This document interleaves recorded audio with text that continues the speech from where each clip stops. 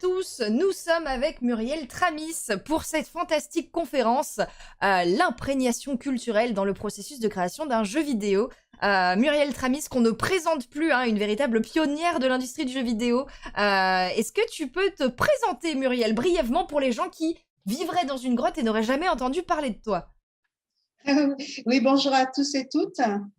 Eh bien, je suis ingénieure en informatique à la base et je suis aussi game designer de jeux vidéo. Je le suis devenue par la suite. Et là, je vous parle depuis la Martinique où je réside actuellement. Magnifique.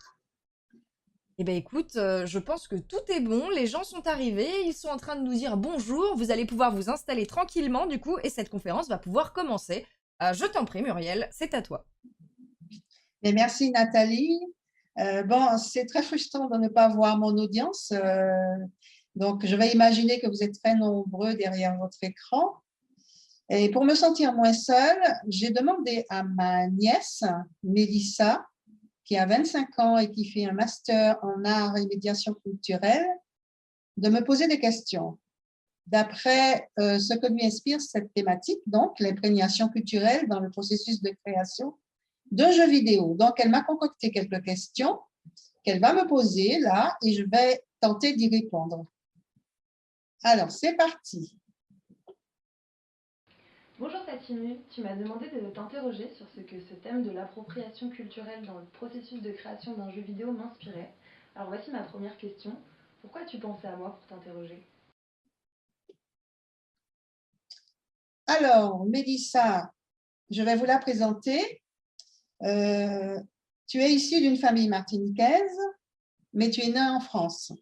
C'est-à-dire que ton père, c'est mon frère. Donc, ton père et moi, nous sommes nés en Martinique et nous y avons été imprégnés dès l'enfance. Lui jusqu'à l'âge de 11 ans et moi jusqu'à l'âge de 16 ans. Après, nous sommes partis faire nos études et nous sommes très imprégnés de la culture martiniquaise, même si nous avons longtemps vécu en France.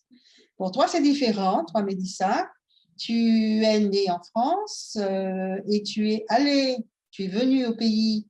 Quand je dis au pays, je pense Martinique, en vacances. Donc, tu n'as pas eu ce déracinement que j'ai connu moi, que mon frère et moi, nous avons connu. Donc, pour toi, c'était normal de retourner en vacances dans le pays de ton père. Et tu as appréhendé la culture antillaise d'une façon différente de moi et je vais t'expliquer comment.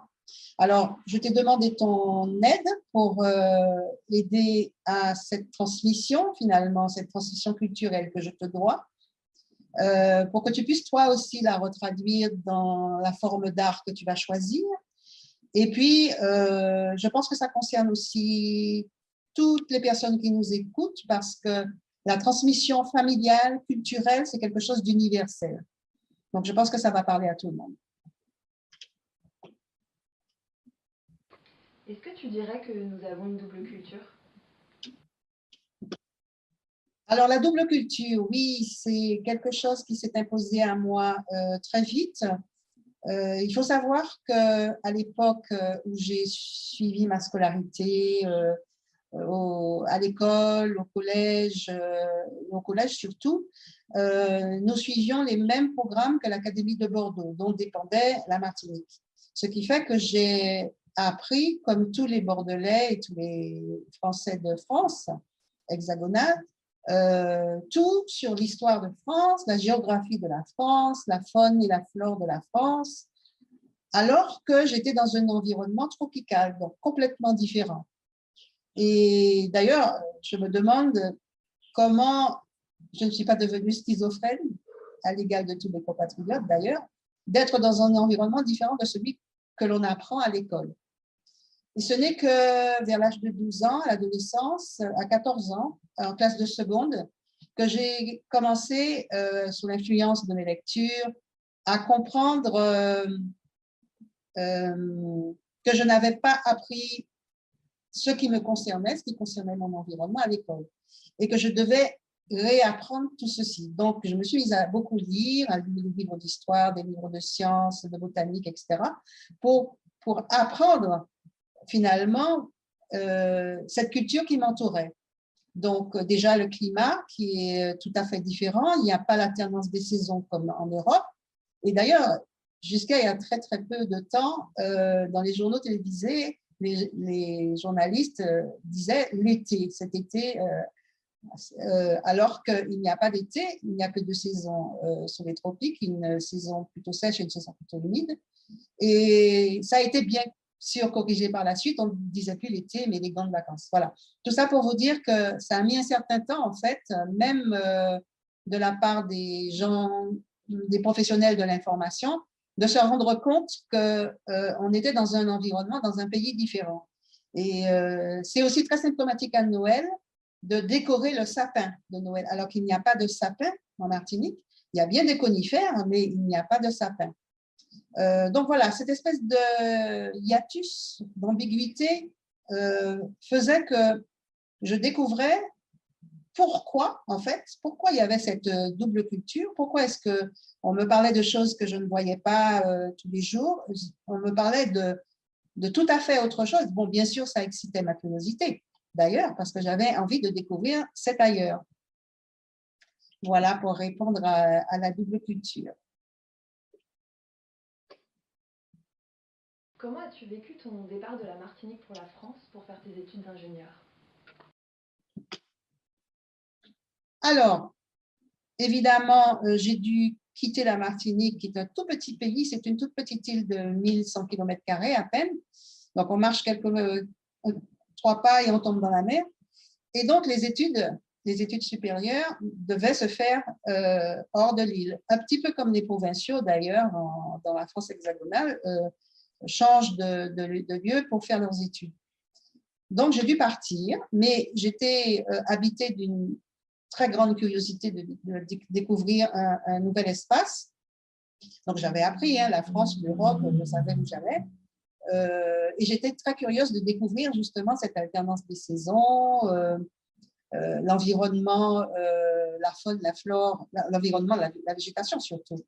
Et puis, les châteaux, enfin, bon, tout ce que j'avais appris dans les livres, je voulais voir ce que c'était en réalité. Donc, la France, l'Europe exerçait déjà un attrait sur moi. Par contre, j'ai vécu ce départ quand même comme un déracinement, parce que le choc, finalement, a été assez rude, surtout à l'hiver, lorsque la neige tombe, par exemple. Spectacle merveilleux que j'avais lu dans les livres, dans les poèmes des poètes français. Donc, la nature qui s'assoupit, on va dire, qui reverdit après. Enfin, j'avais hâte de voir ça, mais je dois dire que je ne me suis jamais habituée au froid de l'hiver. D'ailleurs, je crois que l'humain est un animal tropical, si j'en crois d'ailleurs les réactions des Français de l'Hexagone lorsqu'il fait gris et triste. C'est une très grande préoccupation. La météo, d'ailleurs, prend beaucoup de place dans la vie des gens. Et comment la population renaît au moment de l'apparition des beaux jours, ça prouve bien que on n'est pas dans notre environnement normal quand on n'a pas de soleil.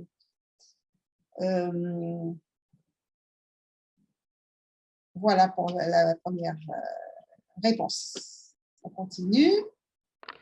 Mais comment es-tu passé du métier d'ingénieur aux jeux vidéo? Alors, je continue sur le mode chronologique. J'ai donc quitté mon île pour faire des études d'ingénieur.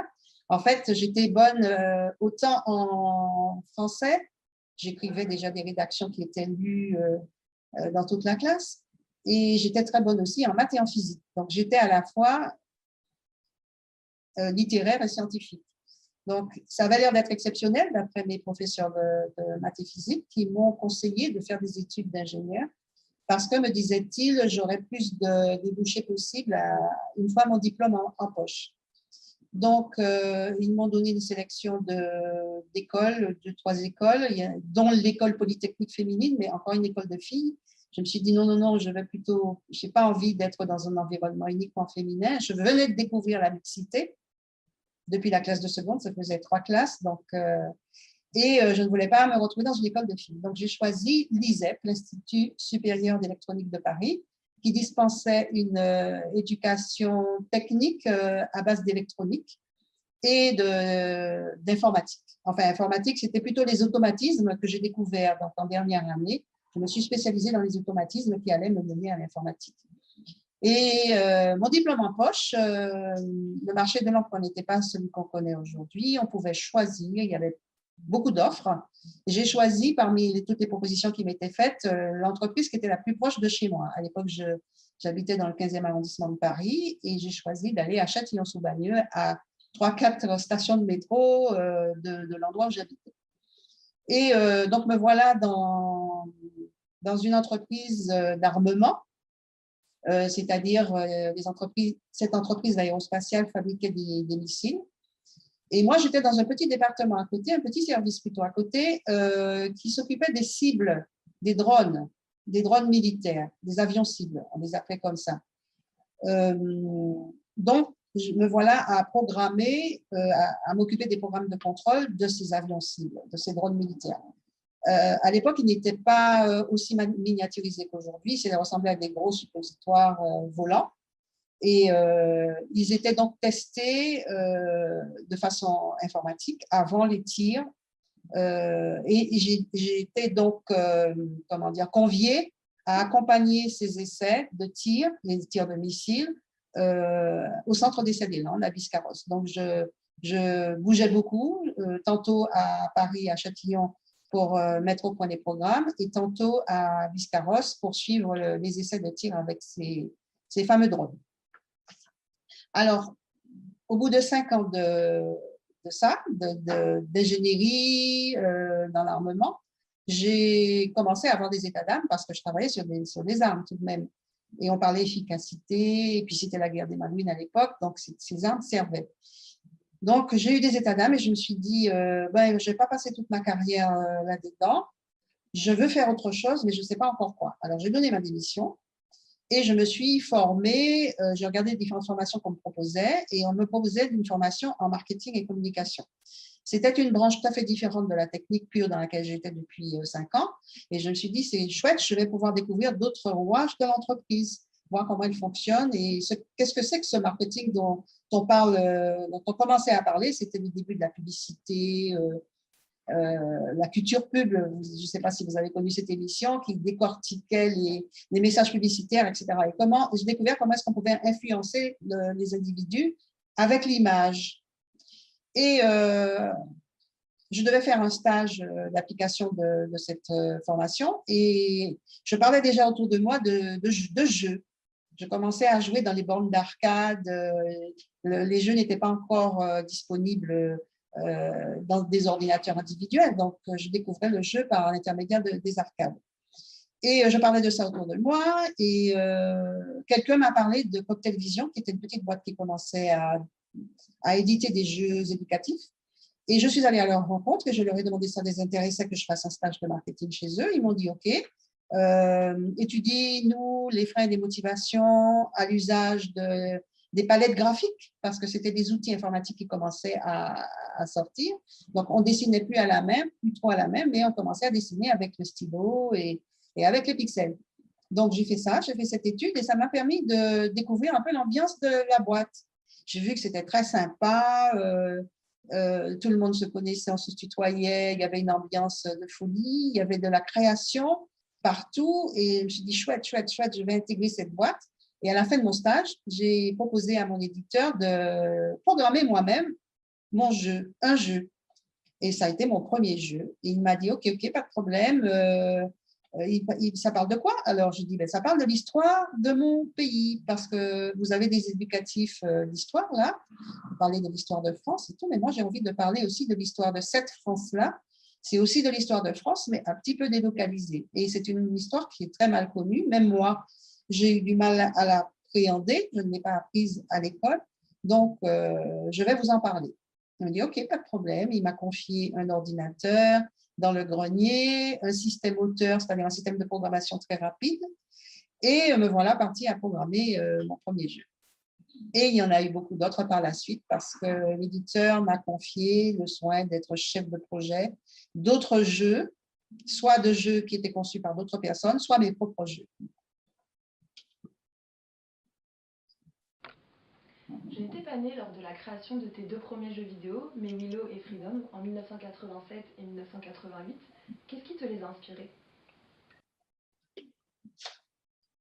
Alors, mes deux premiers jeux, donc mes Willow et Freedom, c'était probablement parce que j'étais loin de mon pays, je me sentais un petit peu déracinée, que j'ai eu envie de me replonger dans cette histoire. Alors, mes Willow, c'était assez classique, c'était une sorte d'enquête au sein de la société créole du début du XXe, donc 1900, mais j'ai situé l'intrigue dans la ville de Saint-Pierre, qui est une ville qui a été détruite par l'éruption de la montagne Pelée, donc une ville assez mythique. Donc, je voulais reproduire l'ambiance de l'époque avec ce côté échange entre l'Europe et la Caraïbe, échange surtout sur le plan économique, mais aussi montrer différents personnages des trois couches de société qui se sont créées après l'abolition de l'esclavage, c'est-à-dire les anciens colons, puis les anciens esclaves, et une couche intermédiaire, une classe moyenne du métissage entre les deux. Voilà. Donc, je voulais montrer ça et expliquer pourquoi ça s'était passé ainsi. Pour Freedom, c'était un peu plus innovant. Il s'agissait de Wargame, un jeu de stratégie où on était un esclave qui devait s'échapper d'une plantation du XVIIIe siècle. Donc, je me suis pour cela, avec mes Willow d'ailleurs, associée sur le plan de l'écriture à mon copain de l'époque, Patrick Chamoiseau, qui m'a aidé à écrire le dialogue d'ailleurs, parce qu'il commençait déjà à avoir un talent d'écrivain. Il n'était pas encore connu à l'époque, mais il écrivait déjà dans son coin. Il avait déjà une belle plume. Et oui, c'était avant 92. C'est en 92 qu'il a eu le prix Goncourt. Donc nous, là, nous étions en 87, 88. Et ce qui était innovant, c'était que pour une fois, on montrait l'esclave comme un héros, c'est-à-dire pas comme quelqu'un de soumis, enchaîné, etc., mais quelqu'un qui luttait pour sa liberté. Donc, nous avons reproduit la topographie des lieux de l'époque. Alors, la société, on dit la société d'habitation, parce que les immenses plantations qui existaient où travaillait ce peuple servile s'appelait habitation, avec un grand H. Donc, cette société d'habitation était très hiérarchisée, même sur le plan topographique, c'est-à-dire qu'il y avait la maison du maître, les dépendances, les cuisines, etc. Il y avait les champs, bien sûr, les entrepôts, parce que c'était surtout de la fabrication du sucre à partir de la canne à sucre. Et il y avait la case des esclaves qu'on appelait la rue Casse-Nègre, parce que c'était souvent une rue bordée de cases de part et d'autre. Et puis, entre les deux, il y avait une autre hiérarchie. Il y avait le commandeur, c'est-à-dire celui qui était très proche des esclaves qui les faisaient travailler, et puis l'économe, et puis il y avait aussi le prêtre, le médecin, enfin voilà, tout ce monde-là était dispersé sur l'habitation. Et le héros, on devait choisir, il y avait un côté jeu de rôle aussi, on devait choisir entre 4 personnes, 2 hommes, 2 femmes, et on devait s'échapper, donc pour cela rallier d'autres esclaves, parce qu'on était tout seul au départ, mais tout seul, on était vite repris. Donc, il fallait il fallait constituer une troupe pour faire diversion. Et puis, il y avait des facteurs de discrétion, notamment, c'est-à-dire plus on était nombreux, et puis on faisait du bruit, et puis on réveillait les personnes et qui se mettaient à notre trousse. Et il y avait forcément des rencontres et des affrontements dont il fallait sortir vainqueur. Et quel a été ton processus de création? Oui, je suis un peu allée vite tout à l'heure parce que j'ai commencé à expliquer. Donc, surtout pour Freedom, que c'était une reproduction donc, assez fidèle de la topographie des lieux de l'époque et des rapports entre les personnes. Donc, il a fallu définir les personnages, tant dans mes vidéos que dans Freedom. On a commencé par définir les personnages. C'était assez léger tout de même, mais on voulait un éventail de personnes avec des facteurs comment dire, une condition sociale pour Mes Willow, très différente, puisqu'on explorait la société créole, et pour Freedom, uniquement basée sur la société d'habitation. Il y avait donc des combats. Comment les as-tu réglés? Alors oui, je parlais des affrontements tout à l'heure dans Freedom. J'ai jamais aimé les jeux de combat. C'est pas du tout, même encore aujourd'hui, je préfère les jeux de réflexion, les jeux d'aventure. Et c'était assez sommaire quand même comme définition, mais ce n'est pas moi qui l'ai programmé pour cette fois. J'ai laissé la programmation à d'autres programmeurs de Cocktail Vision. C'était du tour par tour, c'est-à-dire que les combats étaient réglés en fonction des facteurs du moment, au moment où on affrontait l'ennemi. Alors, il y avait deux types de combats, les affrontements à main nue ou les affrontements au coutelas, suivant qu'on avait eu accès à l'endroit où étaient entreposés les outils, notamment le coutelas qui sert à la coupe de la canne à sucre. Donc, les combats étaient réglés donc, au tour par tour, hein, suivant les facteurs que l'on avait de force, etc. Au moment où on rencontrait l'ennemi, on le combattait, on en sortait vainqueur ou pas. Et puis, au fur et à mesure, il y avait une gradation dans la menace, au fur et à mesure qu'on faisait du bruit, qu'on était plus nombreux, qu'on avait alerté un peu tout le monde, et qu'on pouvait se battre au coutelas. Et les chiens étaient lâchés. Mais avant même qu'on puisse avoir les coutelas, les chiens étaient lâchés. Si on avait le malheur de ne pas pouvoir se défendre avec une arme, on était dévoré. Un peu comme dans le film, je ne sais pas si vous l'avez vu, Django Unchained. On voit cette scène qui est atroce, horrible, où le maître colon donne à dévorer son esclave parce qu'il l'a déçu dans un combat par les chiens. Par contre, si on était armé de coutelas, on pouvait combattre contre les chiens. Alors, c'est quelque chose qui serait difficile à faire aujourd'hui, politiquement très incorrect. Et on aurait du mal à faire ces combats sanglants entre l'homme et l'animal. Mais c'était la réalité de l'époque. Et tu n'as pas eu peur que le sujet choque les joueurs? À l'époque, je ne me posais pas ces questions de choquer ou pas. D'ailleurs, les personnes qui ont joué à Freedom, notamment, n'ont pas été spécialement choquées. Je pense qu'il en aurait été autrement aujourd'hui parce que ces sujets sont sensibles, parce qu'on en a plus parlé. Donc, on a découvert cette époque à tel point qu'une loi de commémoration produite par Christiane Taubira est sortie, ce qui fait qu'on commémore maintenant cette période de l'histoire de France. Et donc, on en sait un petit peu plus, mais du coup, c'est devenu un sujet assez difficile à manier, assez sensible, parce qu'il y a des choses difficiles, il y a eu des vécus qui ont été très difficiles. Et justement, moi, mon propos, c'est de donner la parole à ces personnes dont on n'a pas entendu la voix à cette époque. Comment ça t'est venu l'envie d'écrire des histoires pour les jeux vidéo? Alors, écrire des histoires, en fait, j'en écris depuis l'âge de 14-15 ans, d'après les dires de mes collègues, des personnes qui étaient en classe avec moi à l'époque, qui me disaient qu'on lisait volontiers mes rédactions. Je ne m'en souviens pas du tout. Je me souviens juste que j'ai écrit une histoire qui nous est arrivée en classe, l'histoire d'un professeur d'anglais handicapé qui était venu faire un remplacement.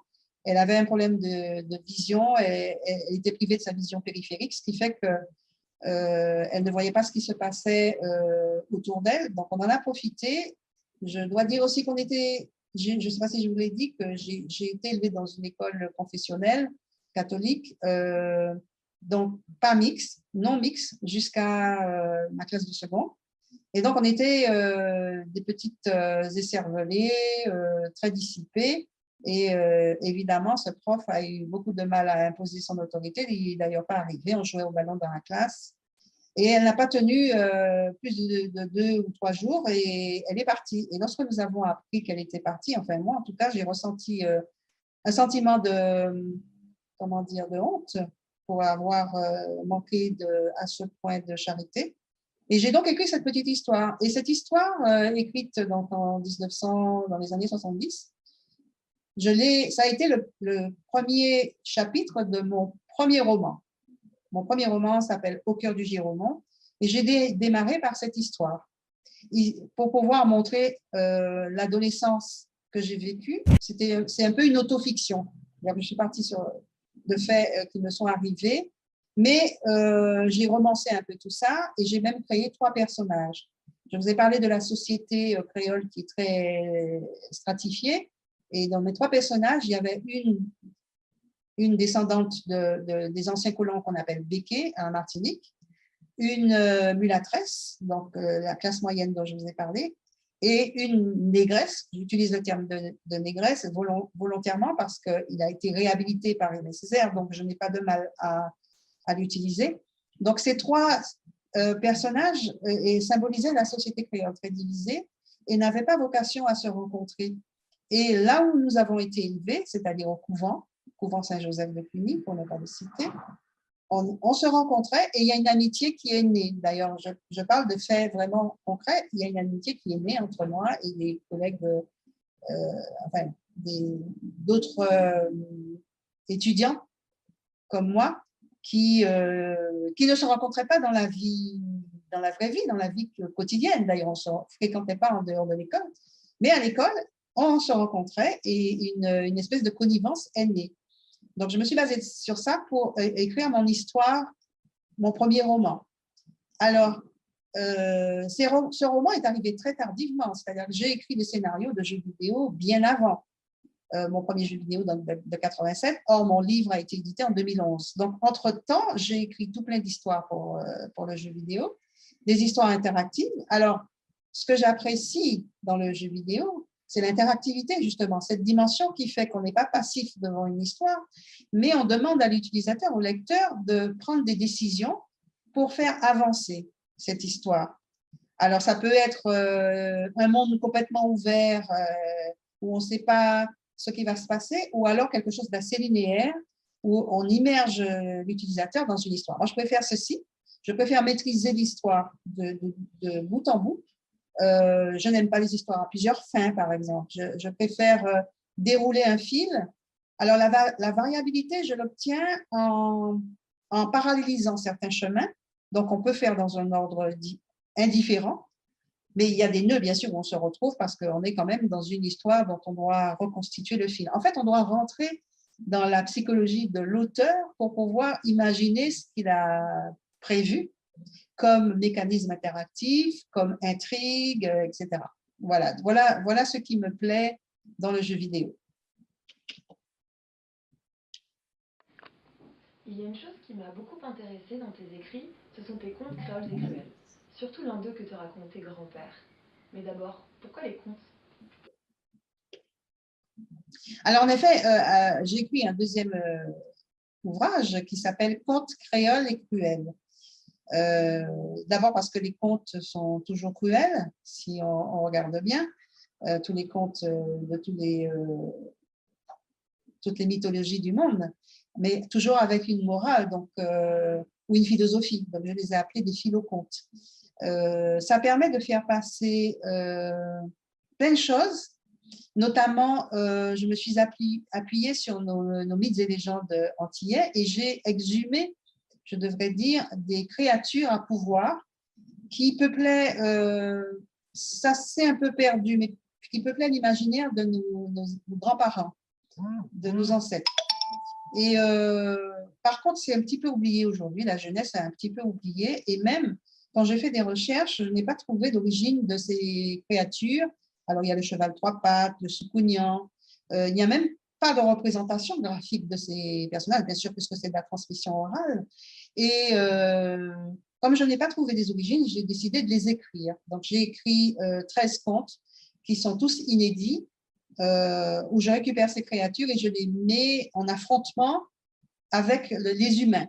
Parce qu'il y a toujours un affrontement, en fait, entre les créatures de l'au-delà, de l'autre monde, et les humains, qui passent leur temps à se défendre contre ces créatures. Et mon intention aujourd'hui, c'est de créer un nouveau genre. Alors, je ne sais pas si je vais y arriver, mais j'ai besoin de votre concours à tous ceux à qui ça parle, que je baptise Créole Fantasy. C'est-à-dire que le monde créole, la créolité, est toute un art de vivre même, puisqu'il y a il y a des devinettes, il y a des proverbes, surtout basés sur l'autodérision et puis le débrouillardise. C'est-à-dire que la loi, qui est personnifiée aussi, il y a un personnage qui s'appelle comme ça dans les contes, est inique, malhonnête et elle n'est pas juste. La loi est injuste dans les contes. C'est-à-dire qu'il n'y a pas si longtemps, il y a 200 ans à peine, le régime était,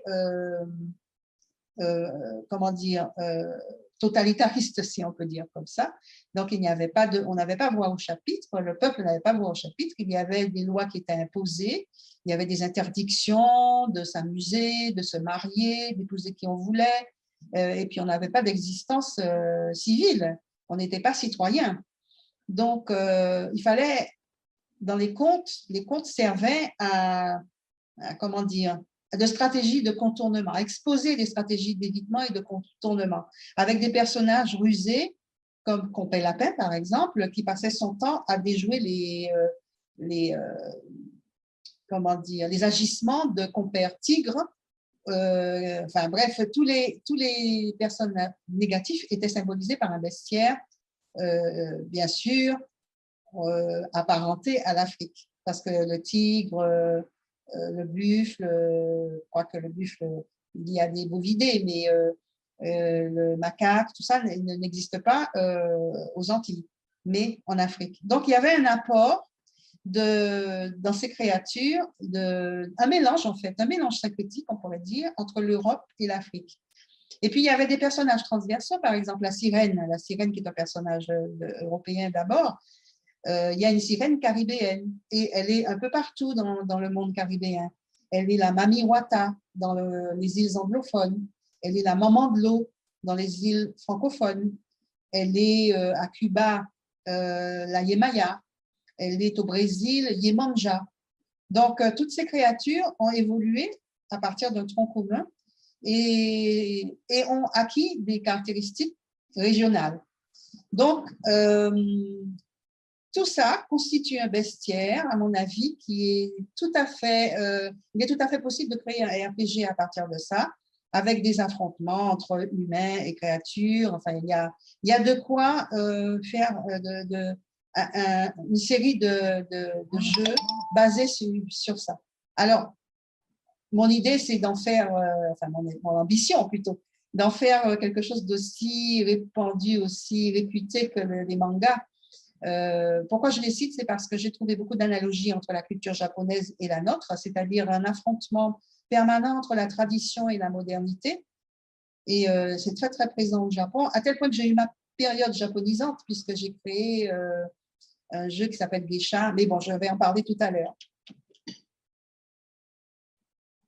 Tu m'as dit que tu voulais en faire un jeu vidéo, pas vrai? Oui, j'ai commencé à en parler tout à l'heure. Bon, j'étais un petit peu rapide. Le fameux RPG dont je parlais, effectivement. Et quel est le jeu sur lequel tu as eu le processus de création le plus difficile? Alors, le processus de création le plus difficile, ça a été sur mon dernier jeu, Urban Runner. Nathalie, tu me dis si je dépasse le temps, hein? Bon, pour l'instant, on est bon. Ça va? D'accord. Tout va Ok. bien. Tu me dis, est-ce qu'on est arrivé à mi-chemin? Il nous reste effectivement une vingtaine de minutes. Bon, Tu d'accord, penses ça que va. ça va aller? Parce que j'ai la question 12 et il y en a une vingtaine. D'accord. Donc, je prends mon temps. Donc, le processus de création le plus difficile, je disais, c'était sur Urban Runner. Pourquoi? Parce que j'ai eu la lubie de faire un jeu entièrement en images réelles. On commençait tout juste à faire des personnages réels incrustés dans des décors dessinés. Il y a eu beaucoup de jeux comme ça, d'ailleurs. On filmait les personnages sur fond bleu. D'ailleurs, c'est la technique cinématographique qui est encore utilisée aujourd'hui. Et puis, on les incrustait dans des décors. Donc, on pouvait promener des personnages en costume, dans des univers complètement oniriques. Et moi, j'étais un petit peu à l'inverse de ça. Je voulais faire un jeu en images réelles contemporaines. Donc, il fallait que je trouve un réalisateur. Donc, heureusement, l'éditeur m'a suivi. Elle dit, OK, toujours partant pour mes expériences, il faut que tu trouves un réalisateur. Alors, je m'y suis reprise à 2 fois. La première personne que j'ai trouvée n'a pas fait l'affaire. Bon, je ne rentrerai pas dans les détails. Et le deuxième réalisateur que j'ai trouvé a tout à fait compris qu'il fallait créer un dialogue entre les images cinématographiques et l'utilisateur. Donc, quand un réalisateur fait un film, il maîtrise complètement son rythme. Il décide de faire du suspense à cet endroit, il apaise les choses à un autre endroit, il y a une scène d'amour, et tout ça, il maîtrise le rythme avec la musique, avec les temps forts, les temps faibles, etc. Dans le jeu vidéo, c'est différent parce qu'on s'arrête. On s'arrête en permanence pour permettre à l'utilisateur d'agir. Sinon, il reste spectateur et il ne fait pas avancer l'histoire. Donc, il fallait trouver un langage et j'ai beaucoup apprécié cette discussion que j'ai eue avec le réalisateur. Et je pense qu'il y a encore des choses à inventer là, pas forcément en image réelle d'ailleurs.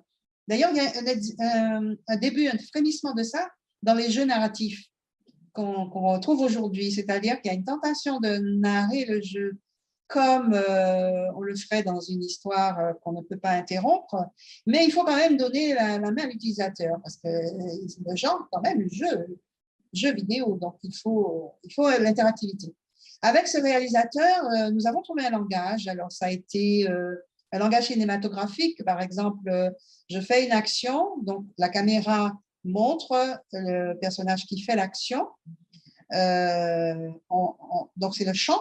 Ensuite, contre-champ, on voit l'image du personnage qui regarde, par exemple, il a trouvé un objet, il le regarde, et après, il se déplace. Donc, on reprend la vue de ses yeux. Donc, on est tout le temps en balance, enfin, dans Urban Runner, entre le regard à la première personne et le regard à la troisième personne.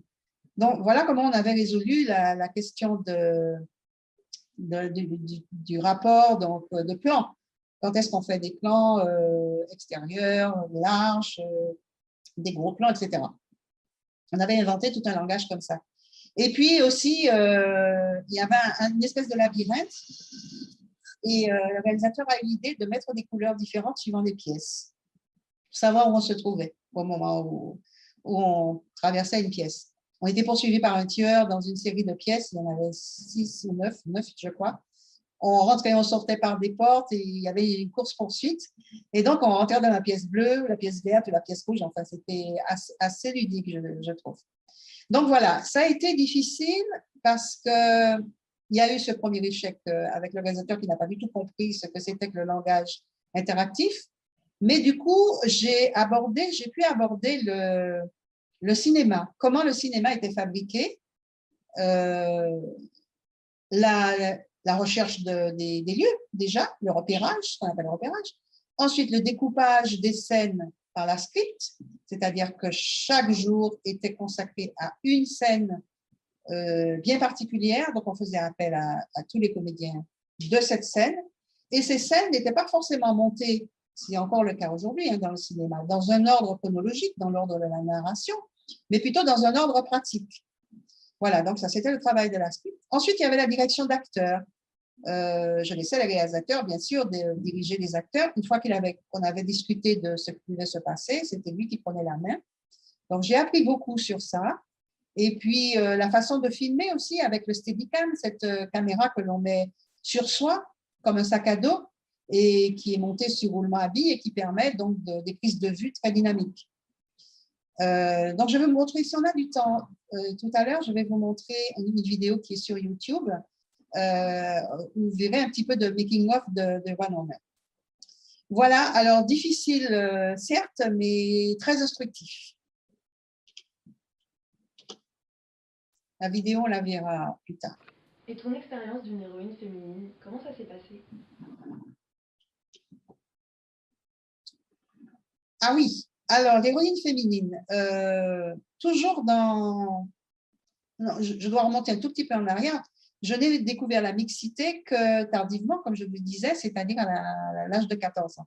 Et après, j'ai toujours été dans un environnement essentiellement masculin, que ce soit dans mes études supérieures. Donc, à l'ISEP, nous étions 7 filles sur une promotion de 70 personnes, donc 63 garçons, 7 filles. Et ensuite, lorsque j'ai eu mon diplôme d'ingénieur, j'étais aussi en minorité dans tous les emplois que j'ai occupés, y compris le jeu vidéo, bien sûr, qui était surtout, dont les postes étaient surtout occupés par des hommes, surtout à la programmation. Je n'ai connu que sur le tard des programmeuses femmes, non. Les femmes, on les découvrait dans les métiers artistiques, les infographistes par exemple, et un petit peu chef de projet aussi par la suite. Donc cet univers et l'univers des joueurs était aussi en majorité masculin. Donc j'ai eu envie de m'essayer à l'héroïne féminine. Au début, j'ai cédé à la facilité, c'est-à-dire j'ai associé la femme à l'érotisme, à l'exotisme. Et c'est comme ça que j'ai créé le titre Emmanuel, c'est-à-dire que l'éditeur a acheté les droits. Et moi, j'ai créé une histoire originale, complètement originale, qui se déroulait au Brésil. Alors, Brésil, le summum de l'exotisme. Et Emmanuel, donc, on devait retrouver Emmanuel qui s'était enfui au Brésil pour échapper à son amant. Et on devait, donc, c'était le prétexte à découvrir le Brésil, à faire découvrir le Brésil et donner ce côté un peu érotique des choses. J'ai poursuivi l'expérience avec Geisha, dont je vous ai un petit peu parlé tout à l'heure. Alors là, c'était l'érotisme à l'oriental. J'étais dans ma période japonisante et j'avais envie de montrer, d'immerger en fait le joueur dans une culture qui était assez dépaysante. Donc là encore, l'héroïne était cette fois capturée par des yakuza, la mafia japonaise, et on devait la retrouver. Et là, on a poussé un petit peu plus l'expérience, enfin j'ai poussé un peu plus l'expérience parce que c'était le début de l'image réelle incrustée dans des décors dessinés, comme je vous disais tout à l'heure. Et il y a une scène, je peux me vanter d'ailleurs d'avoir inventé l'hologramme virtuel qui était la possibilité de prodiguer des caresses à un partenaire à distance. Donc, pour ça, nous avions recruté une stripteaseuse qui se déshabillait, mais bon, elle a gardé le strict minimum pour le plus grand bonheur de mes amis graphistes qui étaient vraiment emballés par cette innovation dans le jeu vidéo. Donc, on s'était un petit peu osé, on prodiguait des caresses en haut, en bas, au milieu, à notre mannequin, notre hologramme virtuel, et dans le but de lui procurer l'extase, évidemment. Et puis, je me souviens aussi d'une phase, c'était une succession de phases de puzzle game, on pourrait dire, une espèce de Pac-Man qui était en fait un vaisseau en forme de sexe masculin qui devait échapper à des bouches pleines de dents et sinon se protéger avec des capotes en passant sur certaines cases. Enfin bon, c'était un Pac-Man un peu bizarre, un peu bizarroïde, un peu osé. Voilà, et puis un certain nombre de scènes comme ça. Alors ça a été des chats. Ensuite, je me suis posée, puis je me suis dit, mais quand même, il faut plutôt créer une vraie héroïne féminine qui fait des actions, qui résout les énigmes par elle-même, qui prend les commandes. Alors, c'est ainsi qu'est née Doralis, l'héroïne de Fascination, qui est un commandant de bord, donc allons-y, poussons les commandes à l'extrême, commandant de bord du vol Paris-Miami et qui est embriagué dans une histoire de policière, de mafia, mais cette fois, ça va se passer à Miami. Il y a un homme qui meurt dans son avion, malade, on va chercher le pilote, le capitaine, et il vient, elle, et il lui donne une mallette, lui confie une mallette en lui murmurant quelque chose à l'oreille. Et toute l'histoire, quand elle pose son avion, est d'essayer de savoir à qui appartient cette mallette, à qui elle doit la remettre, enfin bon voilà. Et toute une histoire je me suis beaucoup amusée à écrire, plein de petits mécanismes interactifs sophistiqués pour l'époque. avec des mélanges de produits comment dire, pour éliminer des ennemis, et avec une énigme finale sur un orque comment dire, qui a fait s'arracher les cheveux à pas mal de joueurs, et dont j'ai retrouvé la solution il n'y a pas très longtemps dans un webzine qui est tenu par un joueur français qui vit au Japon, qui s'appelle Des vidéos et débats, et il a donné la solution de fascination. Alors ça, c'était une vraie héroïne féminine, mais ça ne bougeait pas beaucoup, il n'y avait pas beaucoup d'animation, les images étaient assez statiques. Elles étaient attachantes, mais dessinées par Rachid avec des formes spéciales. Enfin, si vous tapez fascination cocktail vision sur Google, vous trouverez ces images. Et puis, après est venu Lost in Time. Alors, j'ai repris donc mon héroïne, Doralis, et cette fois, je lui ai donné un visage réel. Donc, nous avons travaillé avec une mannequin qui a donc prêté son visage et ses actions, son corps aux actions de Lost in Time. Donc, il y a des images, il y a une partie en images réelles, mais c'est un scénario de science-fiction, donc elle remonte dans son passé. Et bien sûr, j'ai rajouté ma sauce, le passé se trouve dans une île des Antilles. Donc, voilà, j'ai quand même connecté avec ma propre culture.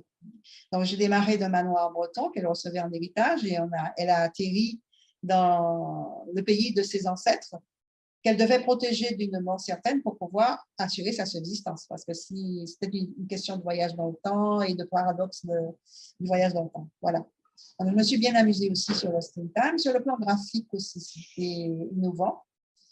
Et puis, après, il était question de faire un Lost in Town.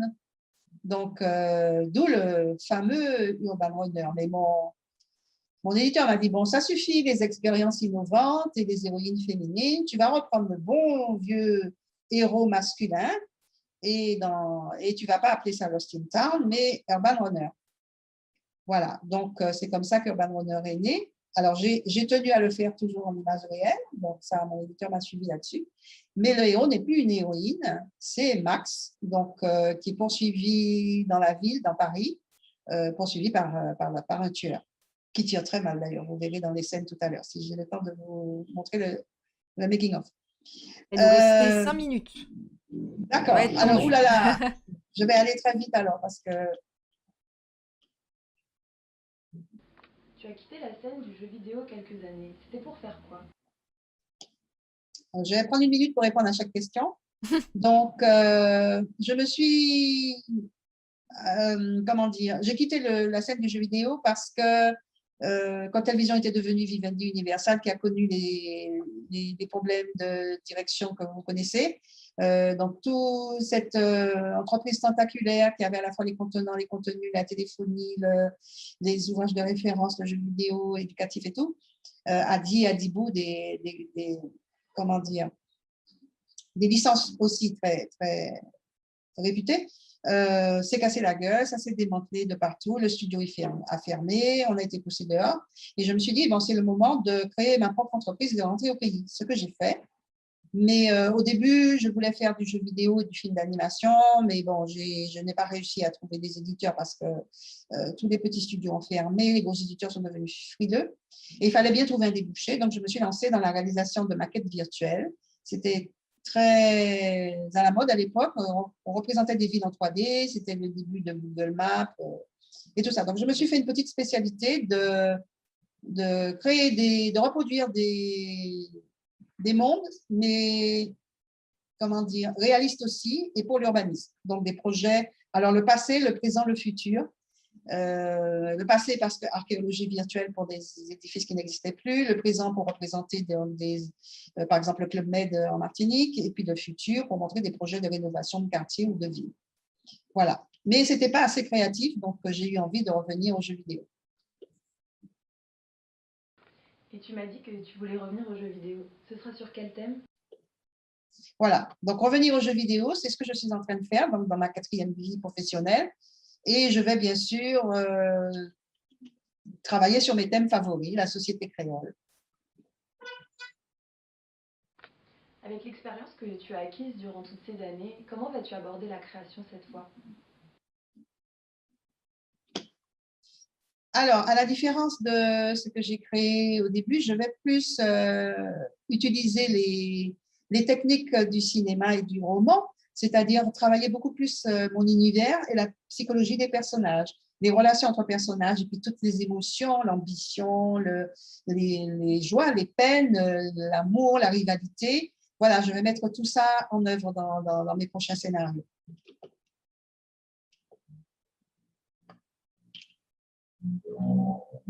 Alors, Remembrance, c'est donc mon futur jeu vidéo.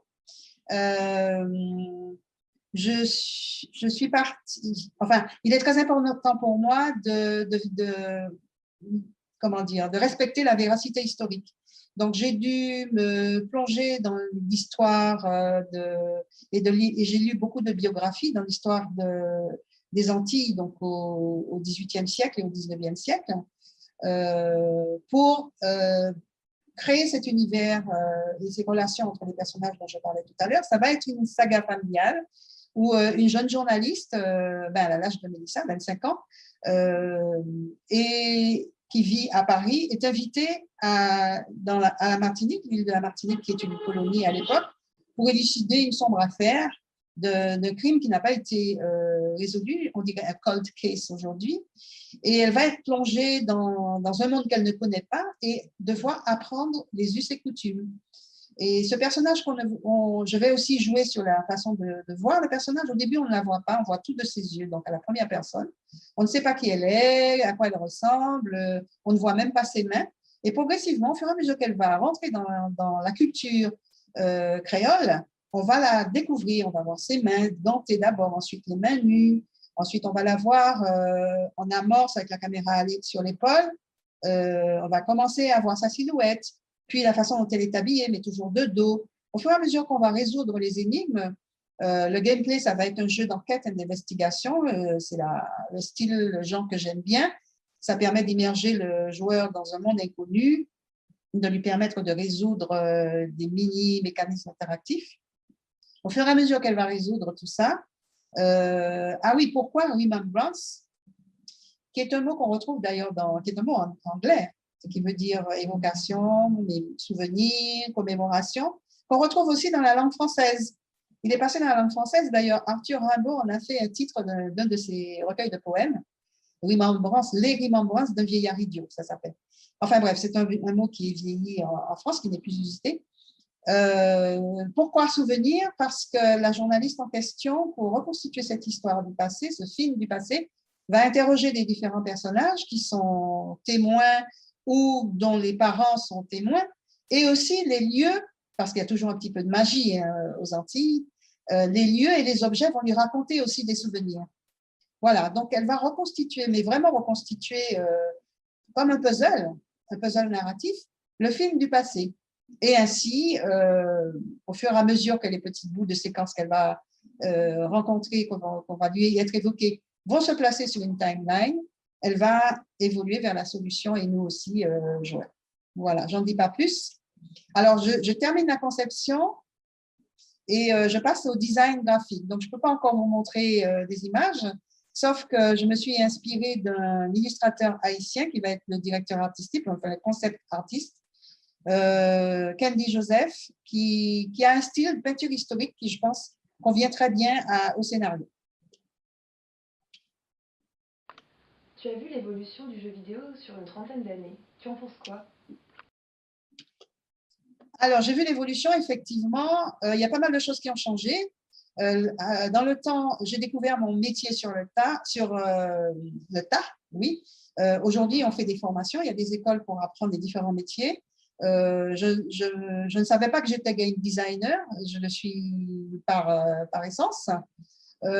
Ensuite, il y a le modèle économique qui a changé aussi, c'est-à-dire que maintenant, tous les jeux sur mobile sont pratiquement gratuits, en tout cas, il y en a beaucoup, et le style freemium a tendance à s'imposer, c'est-à-dire qu'on vous donne le jeu et on essaye de vous faire dépenser de l'argent après coup pour obtenir des items pour avancer dans le jeu. Le goût aussi des utilisateurs a changé. En fait, le jeu vidéo était réservé à une certaine, comment dire, aux hardcore gamers à l'époque. Maintenant, tout le monde joue. y compris les femmes. C'est 50-50 maintenant. Donc, mais le public devient exigeant, exige de plus en plus d'images sophistiquées. Donc, l'image coûte cher aussi. Donc, ça, par contre, ça n'a pas varié. Et les studios indépendants, aujourd'hui, essayent de produire des jeux originaux. Mais il est très difficile de réunir le budget pour le faire et les éditeurs sont devenus très frileux et ils ne misent que sur des projets qui sont sûrs d'avoir du succès.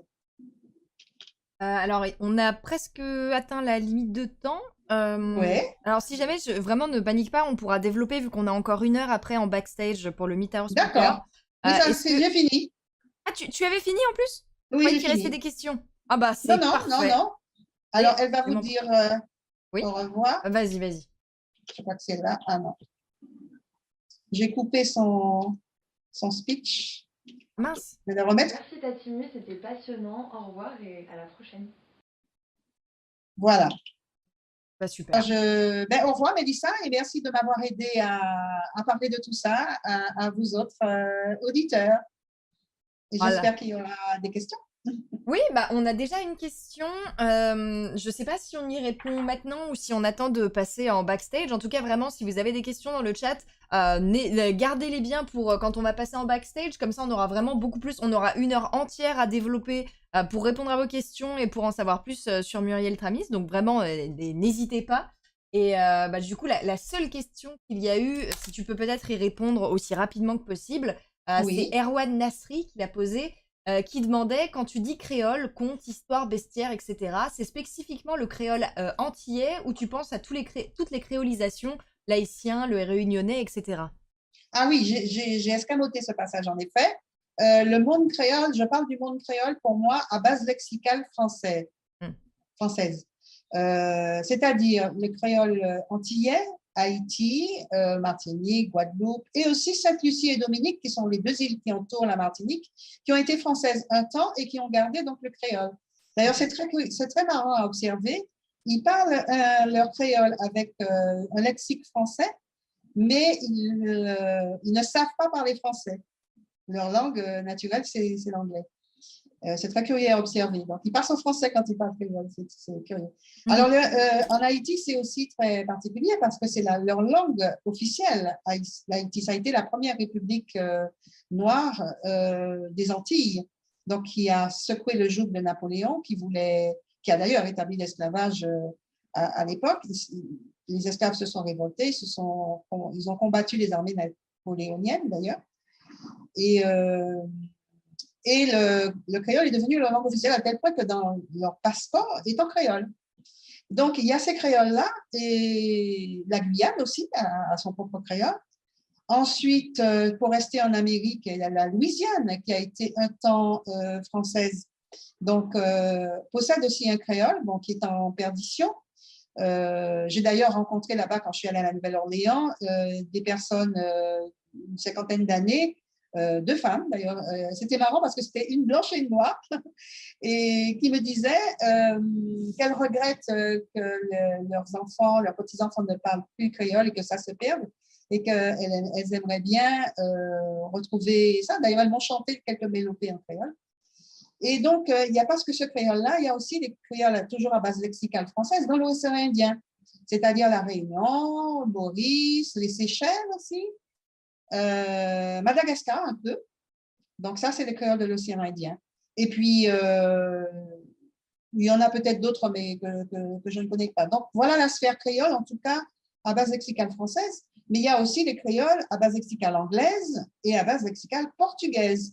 Parce que les Portugais, d'ailleurs, ont été les premiers les Espagnols et les Portugais ont été les premiers à découvrir les îles et à importer l'implantation de la canne à sucre.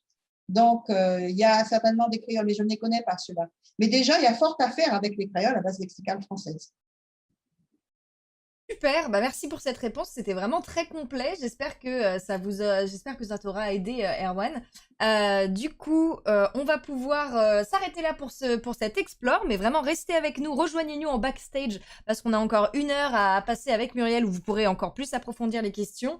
Nous, en tout cas, on vous fait un gros bisou. Il n'y a pas d'autres conférences prévues aujourd'hui. Du coup, mesdames et messieurs, je vous donne rendez-vous en backstage. Et pour les autres, je vous dis à demain.